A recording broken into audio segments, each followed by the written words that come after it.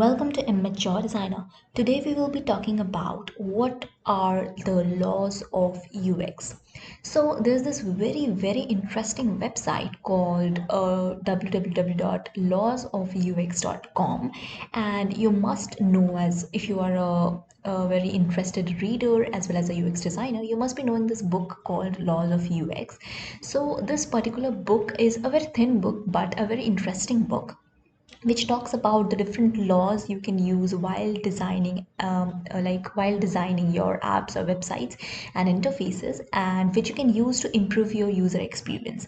So instead, if you don't have that particular book, you can very briefly understand the laws of UX in this particular website, which is called Laws of UX. Now in this particular website, they have shown as you can see that there's different tabs: information, book, cards, or store. You can see the most interesting part of this particular website is its homepage, where as soon as you jump into, you can see that there are these small cards talking about all the different laws of UX. Now, there are different tabs. First is all, in which you'll get all the UX laws.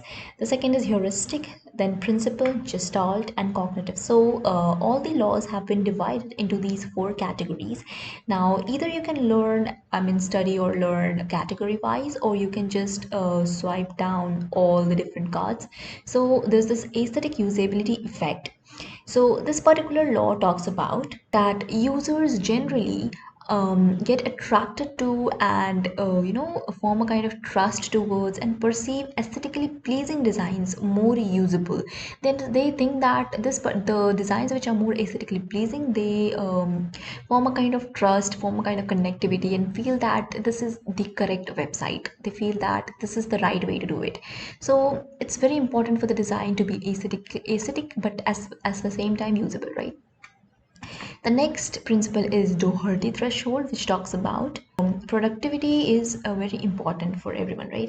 So when we are interacting with our computer on a particular website or on our phones on a particular application or website, it's very important that things go fast, right? The user should not get confused, and the computer should not be waiting for the user, and the computer should not delay in things on back end and everything, so that the user also doesn't feel bored or gets irritated, right?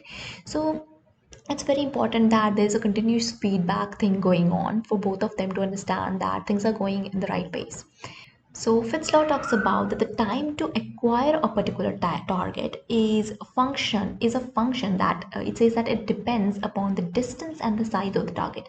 So right, so like if my mouse is over here, so the time I'm going to take to go to switch to these tabs, it depends on the distance as well as the size of these things, right? If the size would have been very small in some corner, it would take me more time, right? But it's like spread over all over here, and whenever I'm scrolling, it's just still right there. It's just fixed on the top, right? So how you can reaching it, so it's what which law is all about.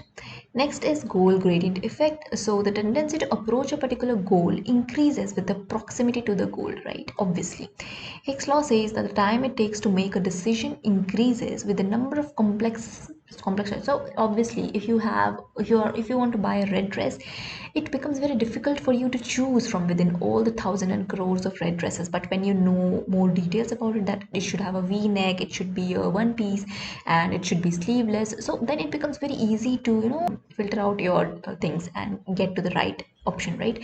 So with the complex and with the number of choices increasing, it the complexity also increases. So that's what Hicks law is about. So now I think that you have understood how you can apply these particular UX laws in your user experience designing. So just go through all these laws, and I would say that these are very important. Somehow while designing, you follow these things, but keeping this thing in mind on your fingertip tips would help you a lot in designing much better. Thank you.